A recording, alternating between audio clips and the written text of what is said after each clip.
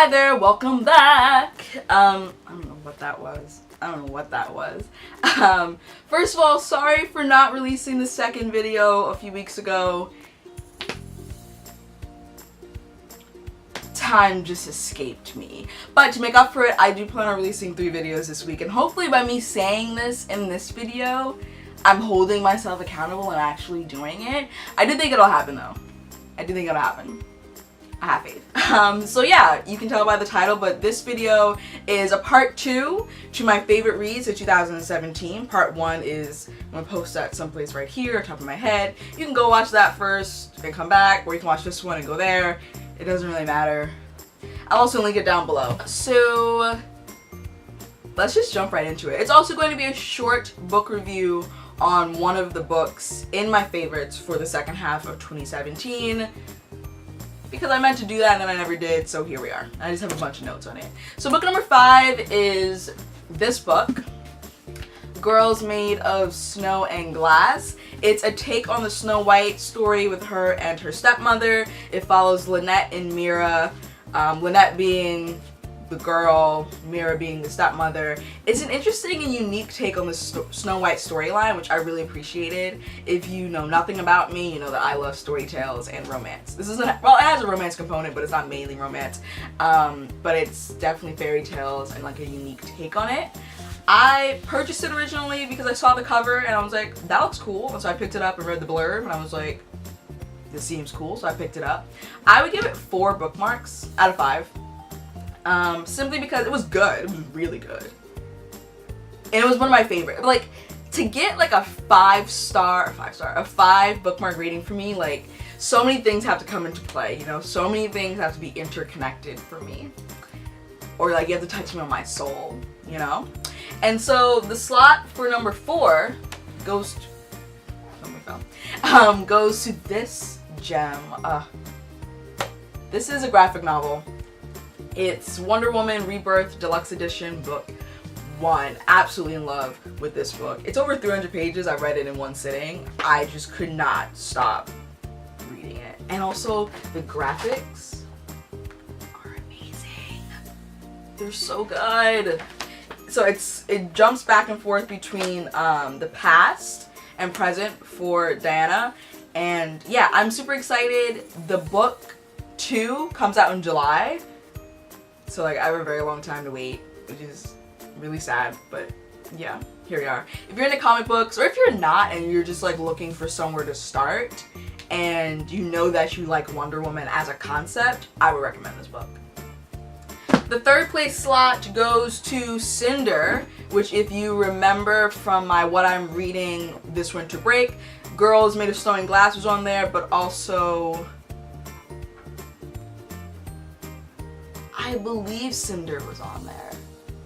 Yes, Cinder was on there. So I hadn't started reading it at this point.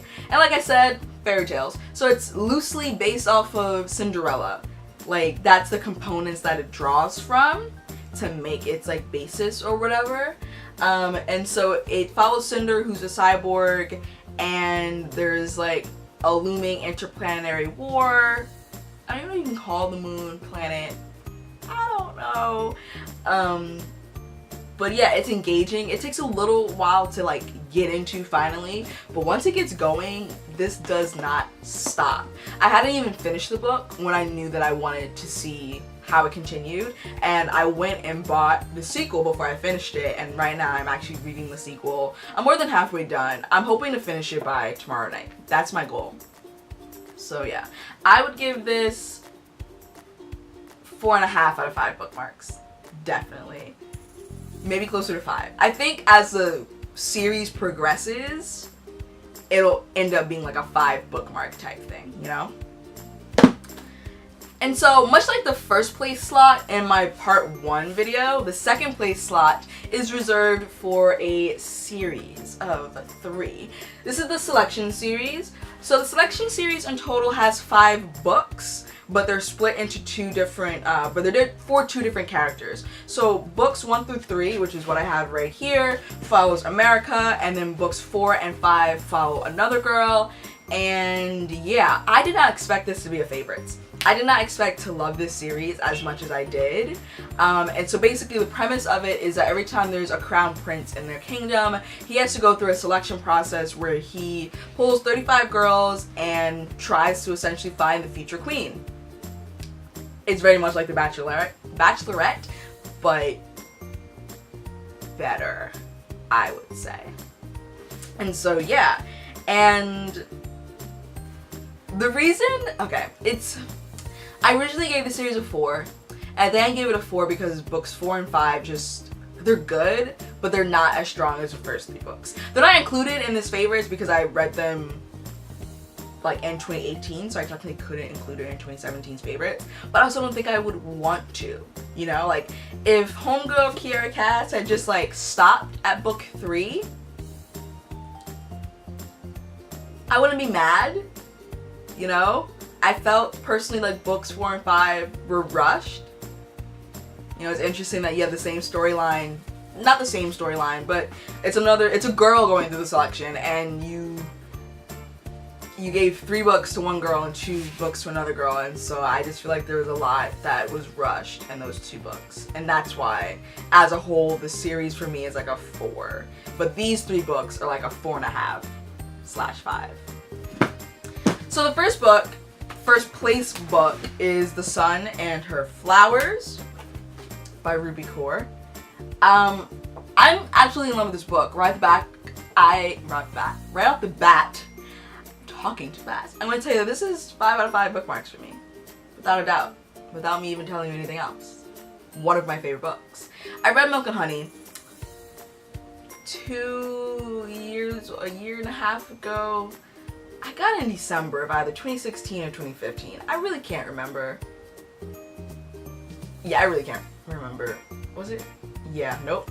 And it was good, but I don't have the desire to pick it up and read it again. This one, however, I know I'm going to read this again within the next couple months. Like, absolutely amazing.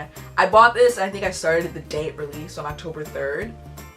And it's just like, you can tell that she's strengthened her writing and matured as a writer through this. It's also longer than Milk and Honey, which is nice, and there's a lot of like longer passages and essay type things in here to go along with her poetry that really just fits the entire vibe of the book, and you just get more content from her. And also the pictures are beautiful, which I'm pretty sure she does herself. There's a picture. It touches on things like feminism, heartbreak, girlhood and womanhood, finding love again, and just like finding yourself amidst all of that. And a lot of the topics are intertwined. They come back and go out. It's a very consistent book without getting boring or repetitive. She's very fresh. I love it. So yeah, that's pretty much it for my favorites part 2. 2017 is done. I also don't know, is this my first video of the new year? If it is, Happy New Year. If it's not, I can't remember if, was New Year a Monday?